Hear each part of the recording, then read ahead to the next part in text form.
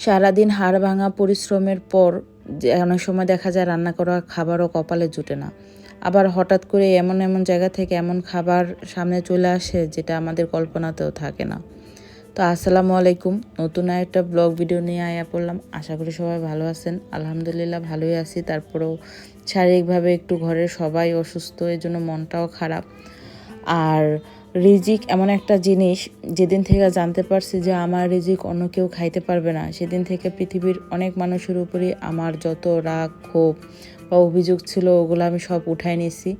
যে আসলে যে যত কিছুই করুক আমার রিজিক কেউ সরাই নিতে পারবে না। আমার যেটা রিজিকে আছে সেটা একভাবে না একভাবে আসবই। আর যেটা আমার রিজিকে নাই সেটা আমি শত চেষ্টা করলেও টাইনা হিসটা দাপায় দোপায় ওইটা আমার কপালে আমি আনতে পারতাম না। এই যে পোশাকগুলো দেখতেছেন, এই পোশাকগুলো যারা আমার ব্লগ ভিডিও দেখেন তারা হয়তো জানবেন যে শুরুর দিকে আমি আমার বাসা থেকে গ্রাম থেকে আনা পোশাক থেকে 2-3টা ডাল লাগাইছিলাম, 2-3টা না আরও বেশি। ওগুলা মারা যাওয়ার পর 2টা ডাল বাইচা ছিল।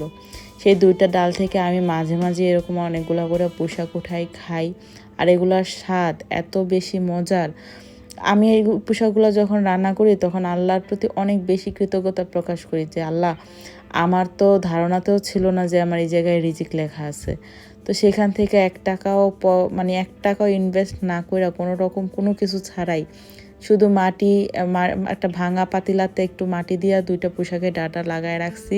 সেখান থেকে দেখা যাচ্ছে যে প্রত্যেক মানে 2 মাস পর পরই কিছু কিছু পোশাক আসে। আর একটুখানি পচা শাকসবজির যেগুলো আছে ওগুলো গোড়ার পাশ দিলে ভালোই হয়। আমার কাছে অনেক বেশি ভাল লাগে। তো রোজার পাপা বলতেছিল যে শুটকি দিয়া পোশাক খাবে। রোজার পাপা জ্বর, কিছুই খাইতে পারতেছে না, তার কাছে শুধু শুটকির খাবারটাই নাকি মুখে ভাল লাগতেছে। আর এখানে একটু মাছ ভাজি করে নিমু। মাছগুলাও হচ্ছে গুলশা মাছ নামে আমি এগুলার চিনি। এগুলার আর কোনো নাম আছে কিনা আমার জানা নাই। যদি আপনাকে জানা থাকে তাহলে অবশ্যই আমাকে কমেন্ট করে জানাবেন যে এই মাছগুলোর নাম কি। আর মাছের মাথা আমাদের ঘরে কেউ খায় না, যার জন্য ওই তেল মশলা খরচ করে মাছের মাথা ভাজার কোনো প্রয়োজন আছে বলে আমার মনে হয় না। এই জন্য আমি মাছের মাথা একদম ফেলাই দিই। আমার কাছে মাছের মাথা থাকলে ভালো লাগে না। তো মাছ ভাজার সাথে একটু পেঁয়াজ ভাজা করার জন্য নিয়েছিলাম।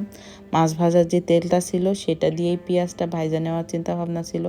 কিন্তু দেখেন, রিজিকে খাবার না থাকলে কি হয়, আমার মাছ পেঁয়াজ সব কিছুই কি জন্য একটা রোজার কাজ করতে আসছিলাম, পুইরা একেবারে নাজেহাল অবস্থা। তো শুধু ওই পোশাক তরকারিটা দিয়ে ভাত খাইছি। আর নিজের হাতের লাগানো পোশাকের স্বাদ এত মজা। আমার বারান্দাতে আসলে তেমন রোদ নাই। আর রোদ থাকলে আমি আরও কিছু সবজির গাছ টাছ লাগানোর আমার ইচ্ছা ছিল। আমার সবজি গাছ খুব পছন্দ। নিজের বাসায় ফুল গাছের চেয়ে সবজি গাছ থাকাটা আমার কাছে বেশি, মানে সবজি ফল, মানে শুধু ফুল তো সৌন্দর্য দেবে, কিন্তু একটা সবজি বা ফলের চারা লাগাইলে হয় কি, সৌন্দর্যের পাশাপাশি একটুখানি আপনার আর একটা রিজিকেরও ব্যবস্থা হয়। তো এটাই বা কম কি। আর আমি এখন যেটা করতেছি, আলু ভাজি করতেছি। আর কিছু বরবটি ছিল ঘরে, আমার ঘরে আর কোনো সবজি নাই। রোজা ফ্রাইড রাইস চিকেন ফ্রাই খাইতে চাইছে, যার জন্য বরবটিগুলো বের করে নিছি। আর হচ্ছে এই আলুগুলো আমি একেবারে শুধু লবণ দিয়া মাখায়া তারপর একদম লো ফ্লেমে কোনো রকম তেল পানি ছাড়া ভাজবো। এই খোলা তাওয়ায় আলু ভাজা কে কে খাইছেন আমারে কমেন্ট করে জানাইবেন।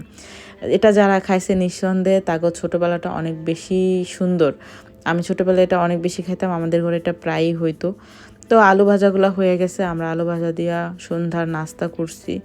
এখন রাতের রান্না বান্নার আয়োজন করতেছি। আর আমার ঘরে তেমন কোনো সবজি নাই, যার জন্য আমি আজকে ফ্রাইড রাইসটা রান্না করব শুধু বরবটি, ডিম আর হচ্ছে আপনার পেঁয়াজ দিয়ে।